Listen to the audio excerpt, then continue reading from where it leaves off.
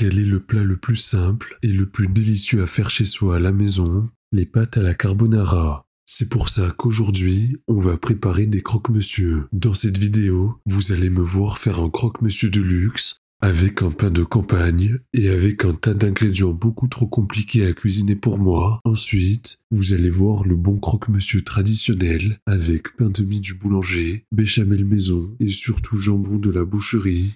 Mais sans plus tarder, commençons par le croque-monsieur basique avec des produits industriels et surtout du bon pain de mie à la farine de gravier.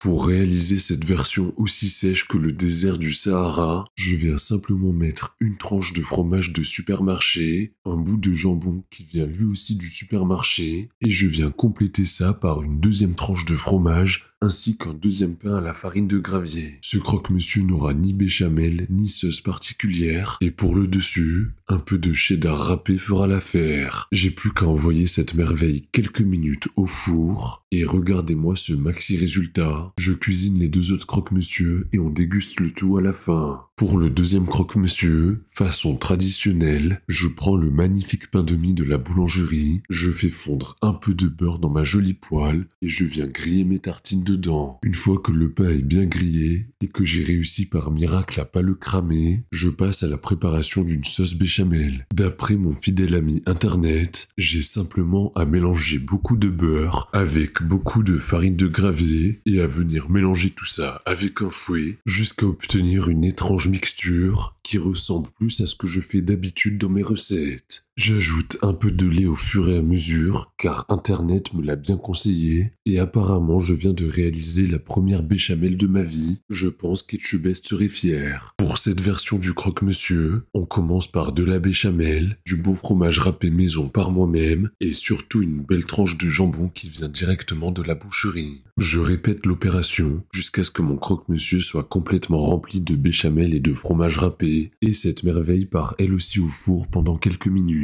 Je trouve le résultat vachement joli comparé au précédent. C'est parti pour cuisiner le dernier croque-monsieur. On va essayer de faire une version de luxe avec des produits que j'ai jamais cuisinés de toute ma vie. Pour être tout à fait honnête, j'ai peur que ce soit un pur fiasco, mais comme mon père m'a dit un jour, il faut aller au bout de ses rêves.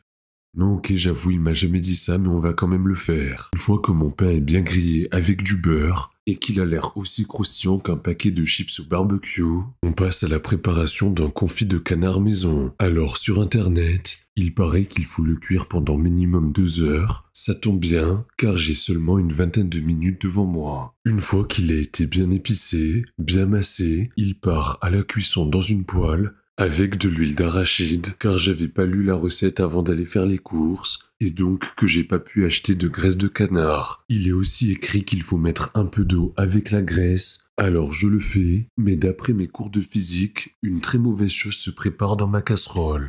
Je mets le feu au maximum afin de cuire ma cuisse de canard le plus rapidement possible. Après quelques minutes, on va découper pour vérifier la cuisson. Ok, j'ai compris qu'il fallait qu'elle reparte dans la casserole et que j'allais certainement pas pouvoir quitter chez moi dans 20 minutes. Après une éternité à attendre que ma cuisse de canard cuise, et à éviter de me faire brûler au 47e degré à cause de l'huile, je peux enfin affirmer haut et fort qu'elle est cuite. J'ai plus qu'à passer au montage de ce croque-monsieur de luxe. On commence par râper un bon comté affiné qui vient tout droit du marché à côté de chez moi. Par-dessus, je viens déposer mon magnifique confit de canard, cuit à la perfection, et pour une touche novatrice, et sur les conseils d'une amie, je viens mettre un peu de figue alors que j'ai jamais goûté ce fruit. On termine par une autre dose de comté affiné râpé, et bien évidemment la magnifique béchamel que j'ai préparée tout à l'heure. Et pour le dessus, je vais même rajouter une compotée de champignons de Paris à la truffe, car apparemment c'est plus distingué. J'ai plus qu'à l'envoyer lui aussi au four, et on peut désormais passer à la dégustation de ces 3 croque-monsieur. Je vais tous leur mettre une note de 1 à 10. Je commence par le croque-monsieur basique. Déjà visuellement, on peut voir qu'il est très sec. Le pain du dessous n'est même pas grillé, et franchement il ressemble au croque qu'on peut acheter au supermarché. Je vais quand même le goûter par respect, et parce que je suis contre le gaspillage.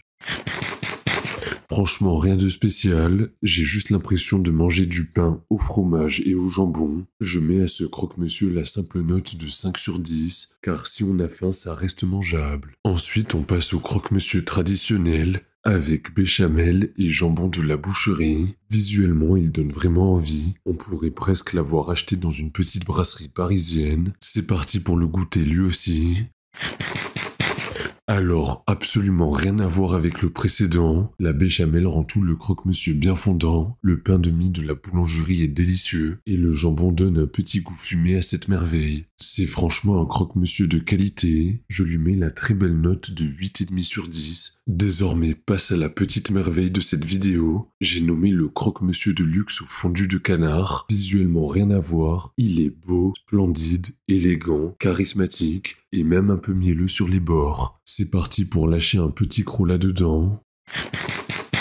Je suis sérieusement abasourdi par le goût de ce croque-monsieur. J'ai l'impression d'avoir mangé la 8e merveille du monde. Le canard est tellement confit qu'il me donne envie de pleurer. La truffe, malgré le fait que je n'aime pas ça, se marie parfaitement bien avec le comté affiné. Et le seul petit défaut, c'est seulement la figue qui se demande absolument ce qu'elle fait là-dedans. Il mérite amplement la note de 9,97 sur 10. Likez, abonnez-vous et commentez. Moi je vais dormir.